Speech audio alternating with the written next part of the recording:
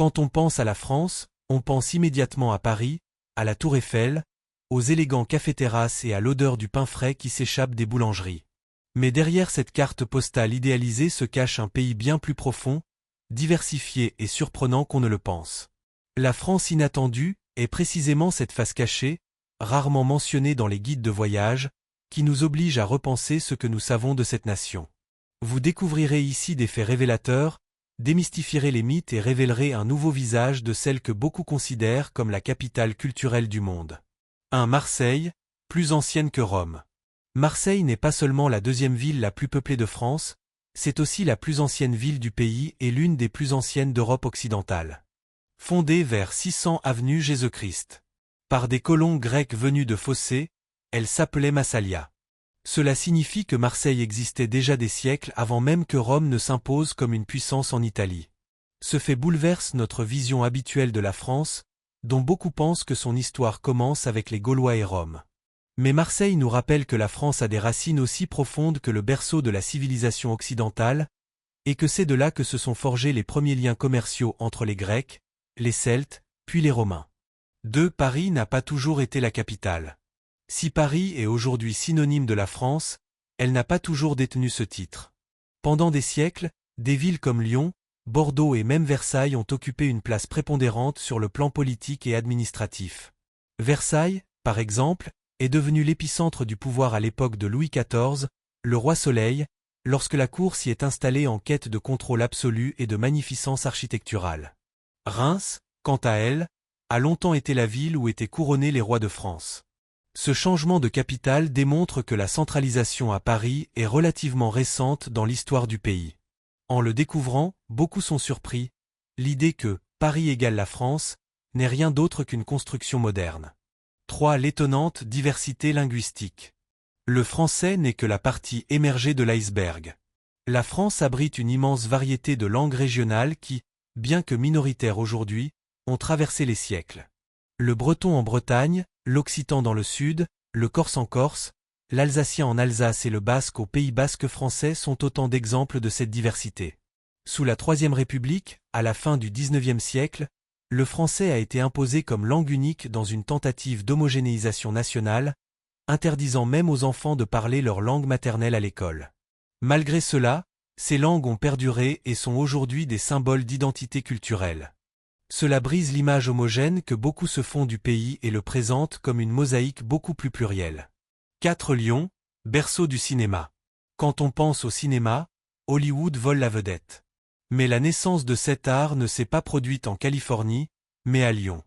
C'est là, en 1895, que les frères Lumière ont organisé la première projection publique de films de l'histoire. Ce fut le début d'une révolution culturelle qui allait révolutionner notre façon de raconter des histoires. La France, bien avant de devenir une référence en matière de mode ou de gastronomie, ouvrait déjà la voie à l'industrie audiovisuelle. Le fait que le 7e art soit né à Lyon et non dans les grands centres de pouvoir de l'époque prouve que la France a toujours surpris par sa capacité d'innovation. 5. Le pays des châteaux. Si l'Espagne possède des forteresses médiévales et l'Allemagne des palais de contes de fées, la France les surpasse tous en nombre. On estime à plus de 45 000 le nombre de châteaux sur son territoire, répartis entre forteresses médiévales, palais Renaissance et résidences aristocratiques. Le Val-de-Loire, classé au patrimoine mondial de l'UNESCO, abrite certains des plus spectaculaires, comme Chambord et Chenonceau.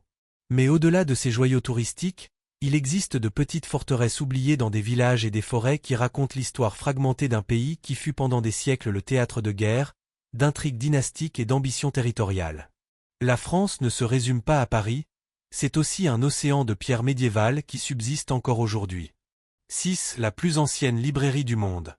La compagnie Shakespeare & Company est située à Paris, célèbre auprès des touristes et des écrivains, mais la plus ancienne librairie en activité au monde se trouve à Lyon. La librairie Joussaume, ouverte au XVIe siècle. Ce qui est surprenant, ce n'est pas seulement son ancienneté, mais aussi le fait que la France ait réussi à préserver cet espace culturel à travers des siècles de guerre, de révolutions et de changements sociaux. Ce fait renforce l'idée que la France a toujours été un pays protecteur et respectueux des livres, du savoir et de l'écrit, s'affirmant comme un phare intellectuel en Europe. 7. Au-delà des croissants. La gastronomie française est réputée pour son raffinement, mais elle va bien au-delà des clichés. La baguette et le croissant ne sont que la partie émergée de l'iceberg d'une tradition culinaire qui varie radicalement d'une région à l'autre. En Alsace, les influences allemandes prédominent, avec des plats comme la choucroute. En Corse, les saveurs méditerranéennes se mêlent au gibier et aux châtaignes. Et en Bretagne, les crêpes et les galettes font partie du quotidien. La France est d'ailleurs le pays qui compte le plus grand nombre de restaurants étoilés au guide Michelin au monde, confirmant que sa diversité culinaire n'est pas un stéréotype, mais un véritable patrimoine culturel vivant. 8. Une diversité climatique inattendue. Beaucoup considèrent la France comme un pays européen tempéré, mais en réalité, sa géographie offre une diversité surprenante. Sur un même territoire continental, on peut passer du froid alpin de Chamonix à la chaleur méditerranéenne de Nice, ou de l'océan pluvieux de Normandie à la chaleur sèche de la Provence. Cette diversité climatique définit non seulement des paysages radicalement différents, mais explique également l'immense variété de cultures, de vins et de modes de vie régionaux. C'est, en substance, un continent en miniature. 9. Premier producteur agricole d'Europe. La France n'est pas seulement une nation d'artistes et de philosophes, c'est aussi le grenier de l'Europe. Avec plus de la moitié de son territoire consacré à l'agriculture, elle produit d'énormes quantités de blé, de maïs, de vin, de betteraves sucrières et de produits laitiers. Son potentiel agricole est tel qu'il représente environ 20% de la production agricole totale de l'Union européenne.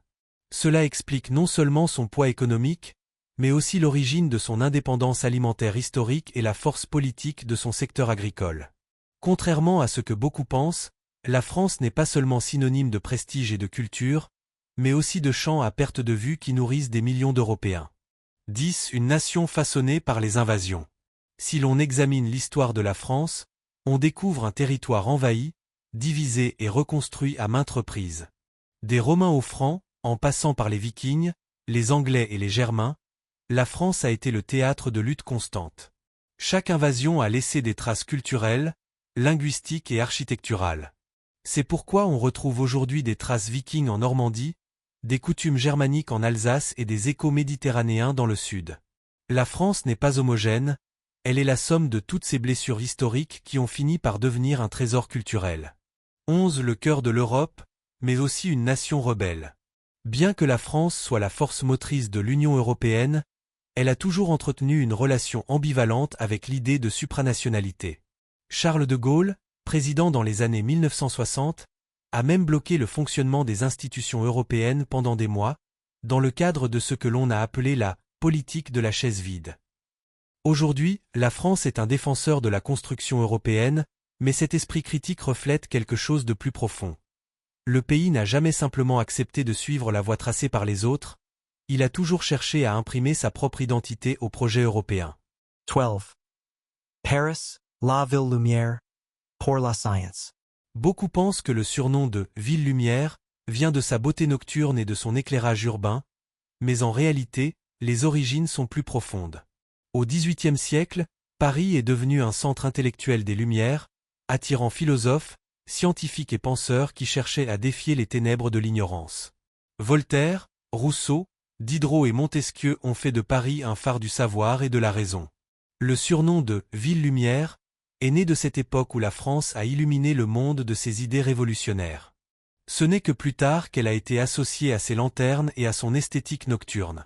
Si la première partie nous a montré que la France est bien plus que ce que l'on imagine, la seconde nous plonge dans son côté le plus curieux, le plus étrange et même le plus amusant. Ce sont des détails qui n'apparaissent pas dans les livres d'histoire, mais qui, lorsqu'on les découvre, suscitent le sourire, la question et l'envie de les partager. N'oubliez pas de vous abonner à la chaîne et de la liker. Bienvenue dans la France insolite. 13. Une loi interdisant de nommer un cochon Napoléon.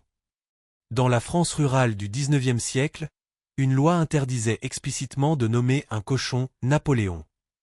La raison était simple, éviter les moqueries ou le manque de respect envers l'empereur le plus célèbre de l'histoire de France.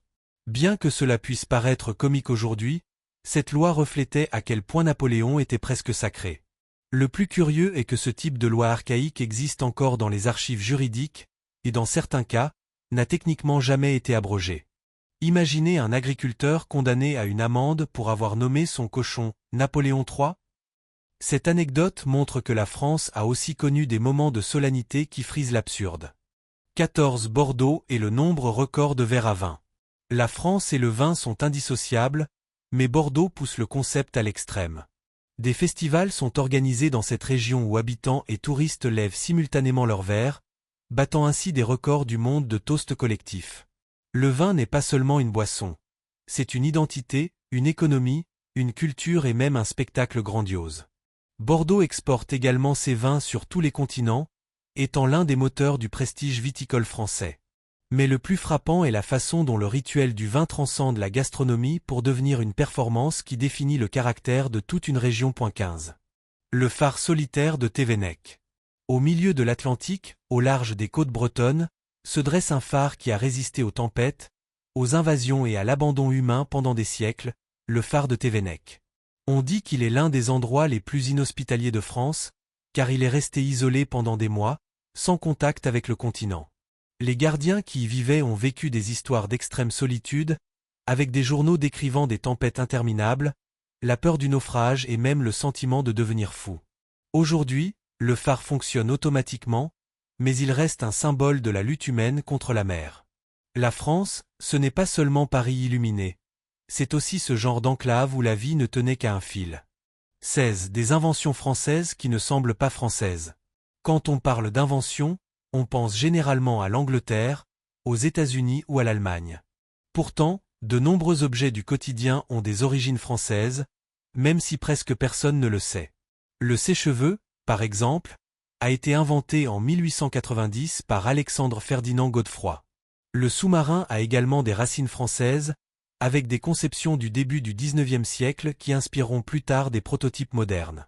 Même la carte à puce, que nous utilisons aujourd'hui pour les distributeurs automatiques de billets et les paiements électroniques, est une invention française des années 1970. Le plus étrange est que, malgré son influence, peu de gens associent la France à ce côté pratique et technologique. 17. Villages aux noms absurds. La toponymie française est pleine de surprises. Certains villages portent des noms si étranges qu'ils sont devenus le sujet de blagues, de souvenirs et de gros titres dans les médias internationaux. Citons le village de Beach, en Moselle, dont le nom anglais prête à confusion. Un autre exemple est Condom, qui a inspiré d'innombrables blagues. Le plus fascinant est que les habitants vivent avec cette normalité, même s'ils doivent souvent expliquer aux touristes curieux que ces noms ont des origines médiévales ou latines, sans aucun rapport avec leur signification actuelle. La France, même sur ses cartes, a un côté étonnamment ludique. 18. L'île qui apparaît et disparaît. Sur la côte atlantique française se trouve l'île de Tatiou, un lieu unique car accessible à pied à marée basse. Quelques heures par jour, la mer se retire et ouvre un chemin naturel, permettant aux visiteurs de marcher jusqu'à l'île comme s'il s'agissait d'un passage secret. Puis, la marée monte à nouveau, et l'île se retrouve à nouveau isolée. Cette singularité géographique rappelle le Mont-Saint-Michel, célèbre monastère relié au continent par les marées, mais Tatiou est moins connu et conserve intact ce mystère. 19. Le plus haut village d'Europe. Dans les Alpes françaises se trouve Saint-Véran, considéré comme l'un des plus hauts villages habités d'Europe, à plus de 2000 mètres d'altitude. Les hivers y sont rigoureux, mais ses habitants ont développé une culture de la résilience qui en fait un lieu unique. Ces maisons de bois et de pierre résistent à des chutes de neige incessantes, et son ciel nocturne est si clair qu'il a été déclaré réserve astronomique. La particularité de Saint-Véran est que, malgré les difficultés, il reste habité en permanence, démontrant que la vie peut s'épanouir même dans les coins les plus rudes de France. 20 monuments dans des lieux insolites. La France ne se limite pas à placer des statues sur ses places. Sur tout son territoire, on trouve des monuments dans des endroits totalement inattendus. Au milieu d'une forêt, sur des falaises infranchissables, ou même dans de minuscules villages d'Aix-en-Grave peinent une douzaine d'habitants. Le pays regorge d'obélisques oubliés, de croix monumentales et de statues surréalistes qui semblent déconnectées de leur environnement. Ces monuments, souvent érigés par des décideurs locaux, racontent des micro-histoires qui contrastent avec la majesté de Paris. La particularité est que presque personne en dehors de la communauté locale n'en connaît l'existence. 21. Un métro fantôme sous Paris. Outre le célèbre métro parisien, il existe des stations fantômes qui n'ont jamais ouvert ou ont été fermées il y a des décennies. Certaines ont servi d'abri pendant la Seconde Guerre mondiale, d'autres de décors de cinéma, et demeurent aujourd'hui cachées au public. Ce métro secret est si fascinant que des visites clandestines tentent de s'y faufiler pour découvrir ces lieux figés dans le temps. Découvrir que sous les pieds de millions de Parisiens se cache un autre Paris oublié est une de ces histoires qui transforment notre vision de la ville. 22. Une gastronomie au record insolite. Si la gastronomie française est célèbre, elle l'est aussi pour ses records extravagants. Dans certaines régions, on a cuisiné des omelettes géantes de plus de 15 000 œufs, une tradition liée à Napoléon, qui, pendant sa campagne, commanda une omelette colossale préparée pour nourrir un bataillon entier. Aujourd'hui, ces records sont célébrés lors de fêtes mêlant histoire, humour et bien sûr, gourmandise collective. La France insolite cuisine non seulement avec art, mais aussi avec excès. 23. La frontière qui traverse une montagne. Sur le Mont Blanc, le plus haut sommet d'Europe occidentale, la frontière entre la France, l'Italie et la Suisse reste une source de controverse. Pendant des années, les cartes ont tracé des lignes différentes selon les pays, et aujourd'hui encore, une certaine ambiguïté règne quant à la propriété exacte du sommet. Le plus curieux est que, pendant que les gouvernements se disputent, les alpinistes l'escaladent sans trop se soucier de quel côté ils posent le pied. C'est l'un de ces détails insolites qui montre à quel point la géographie elle-même peut être source de controverses. 24. La guillotine, plus récente qu'on ne le pense. Nous associons tous la guillotine à la Révolution française, mais le plus inhabituel est que cette méthode d'exécution a continué d'être officiellement utilisée jusqu'en 1977, année de la dernière exécution capitale en France. Autrement dit, alors que les États-Unis sortaient Star Wars et que le monde était en pleine guerre froide, des criminels étaient encore décapités en France. Ce fait, aussi choquant que récent, démontre que les traditions juridiques peuvent perdurer bien plus longtemps qu'on ne l'imagine. Après avoir exploré l'inattendu et l'insolite, il est temps de regarder au-delà des frontières continentales. La France ne s'arrête pas aux Alpes, ni à Paris, ni même à l'Atlantique. Elle s'étend sur tous les océans, se projetant dans l'art, la politique, la science et la culture mondiale. Comprendre la France, c'est comprendre son influence mondiale, son empreinte sur tous les continents. Si vous avez apprécié la vidéo jusqu'ici, n'oubliez pas de vous abonner à la chaîne. Laissez-moi un commentaire, je le lirai. 25. Outremer. Nombreux sont ceux qui ignorent que la France ne se limite pas à l'Europe. Grâce à ses territoires d'outre-mer, le pays est présent en Amérique, en Afrique, dans l'océan Indien et dans le Pacifique. La Guyane française en Amérique du Sud, l'île de la Réunion près de Madagascar, la Martinique et la Guadeloupe dans les Caraïbes, et la Polynésie française dans le Pacifique en sont quelques exemples.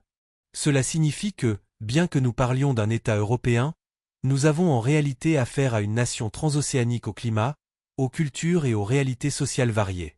La France est, littéralement, un pays présent sur tous les océans.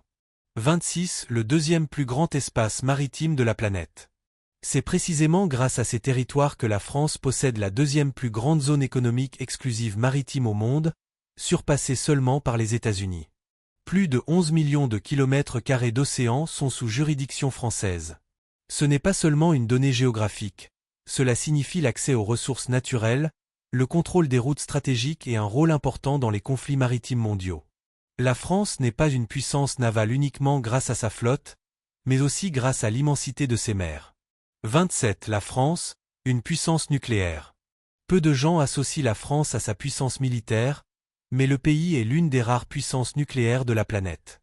Elle possède son propre arsenal atomique et maintient des sous-marins nucléaires prêts à être déployés dans tous les océans. Le plus frappant est que, parallèlement, la France est également un leader dans le domaine de l'énergie nucléaire civile. Plus de 70% de son électricité provient de cette ressource. Cela rend le pays unique, son identité énergétique et sa défense reposent sur la même technologie. 28. Membre permanent du Conseil de sécurité de l'ONU. Depuis 1945, la France occupe l'un des 5 sièges permanents du Conseil de sécurité des Nations Unies, avec droit de veto. Cela lui garantit un rôle clé dans toute décision internationale concernant la guerre, la paix ou les sanctions. On oublie souvent qu'avec les États-Unis, la Russie, la Chine et le Royaume-Uni, la France est l'une des 5 nations ayant la plus grande influence diplomatique sur la planète. Faire partie de ce petit club témoigne de la façon dont la Seconde Guerre mondiale a consolidé son influence mondiale. 29. L'empreinte française dans les Amériques. La présence de la France dans les Amériques va bien au-delà de ses territoires caribéens. Il suffit de rappeler qu'une grande partie des États-Unis a été baptisée Louisiane, en l'honneur du roi Louis XIV. La France a vendu ce territoire aux Américains en 1803, lors de ce qu'on a appelé l'achat de la Louisiane, qui a doublé la superficie du pays. Et si l'on regarde vers le nord, le Québec est la preuve vivante que la langue et la culture française perdurent encore au Canada. L'Amérique est aussi, dans une large mesure, un produit de l'influence française. 30. L'architecture française dans le monde. Des cathédrales gothiques médiévales au boulevard haussmannien, l'architecture française a marqué des dizaines de villes à travers le monde. Buenos Aires, par exemple, possède des quartiers entiers inspirés de Paris. À Hanoï, ancienne capitale de l'Indochine française, l'opéra est toujours préservé dans un style rappelant le Palais Garnier. Même dans des villes africaines comme Dakar et Abidjan, des traces urbaines de cet héritage subsistent. La France n'a pas seulement exporté des idées politiques, elle a aussi façonné les paysages urbains de la moitié du monde. 31. Le Tour de France, un événement mondial. Le Tour de France n'est pas seulement la course cycliste la plus célèbre au monde. C'est aussi un spectacle suivi par des millions de personnes sur tous les continents. Chaque été, l'attention des médias se concentre sur cet événement qui traverse les montagnes et les villes françaises, transformant le pays en une scène télévisée dédiée au sport et au tourisme. Il est intéressant de noter que, bien qu'il s'agisse d'un événement sportif, le Tour de France est devenu l'un des meilleurs outils de promotion de la France à l'international. 32. La mode et le luxe, ambassadeur culturel. Quand on parle de mode, les noms français viennent immédiatement à l'esprit. Chanel, Dior, Louis Vuitton, Yves Saint Laurent. Ces maisons ne sont pas de simples marques, ce sont des symboles de statut social et des modèles de créativité. Le luxe français s'exporte dans le monde entier, consolidant Paris comme capitale mondiale de la mode. Mais au-delà de l'habillement, la mode française est devenue un langage culturel porteur de sophistication, d'élégance et de soft power. 33. La France et l'Afrique, un lien complexe. La relation de la France avec l'Afrique est profonde et ambivalente. Durant l'époque coloniale, Paris a exercé une influence considérable sur le continent. Bien que ce passé ait laissé des traces, il a également tissé des liens économiques, linguistiques et culturels qui perdurent encore aujourd'hui. Le franc CFA, utilisé dans plusieurs pays africains, est un héritage direct de cette relation. Parallèlement, des millions d'Africains francophones ont émigré en France, créant ainsi un lien réciproque. Comprendre la France sans l'Afrique, et vice-versa est impossible. 34. Le français, une langue mondiale. Le français ne se limite pas à l'Europe. Langue officielle dans 29 pays, il est parlé sur les 5 continents, avec plus de 300 millions de locuteurs. On estime que, d'ici 2050, le français pourrait devenir la deuxième langue la plus parlée au monde grâce à la croissance démographique en Afrique. Cela fait du français un outil d'influence mondiale, comparable à l'anglais ou à l'espagnol. La France, par sa langue, continue de projeter sa culture et ses valeurs bien au-delà de ses frontières. 35. La France, puissance culturelle absolue. En combinant son cinéma, sa littérature, sa gastronomie, son architecture, sa langue, sa musique et sa mode, la France devient l'une des puissances culturelles les plus influentes de la planète. Ce qui est inhabituel, c'est que, malgré sa taille relativement modeste comparée à des géants comme les États-Unis, la Russie ou la Chine, la France a un impact disproportionné. Ce n'est pas seulement un pays européen, c'est un phare culturel qui façonne l'imaginaire aux 4 coins du monde. Nous avons exploré 35 faits qui révèlent une France diverse et surprenante. La France inattendue a brisé les clichés avec des villes plus anciennes que Rome, des langues diverses et des châteaux à perte de vue. La France insolite nous a fait sourire avec ses lois absurdes, ses inventions oubliées et ses îles qui apparaissent et disparaissent. Enfin, la France globale nous a montré la portée mondiale de ce pays, présent sur tous les océans, avec une langue qui se propage, une diplomatie influente et une culture qui transcende les frontières. La France ne se résume pas à la Tour Eiffel ou à un café parisien. C'est une civilisation à part entière, tissée de siècles d'histoire, de rareté et de réussite culturelle qui en font un acteur incontournable sur la scène mondiale. Et maintenant, la question est, combien de ces faits connaissiez-vous avant de regarder cette vidéo? Si vous avez été surpris par un seul d'entre eux, vous avez maintenant une raison de le partager et de vous abonner à la chaîne, car comme vous pouvez le constater, La France ne cesse de nous surprendre.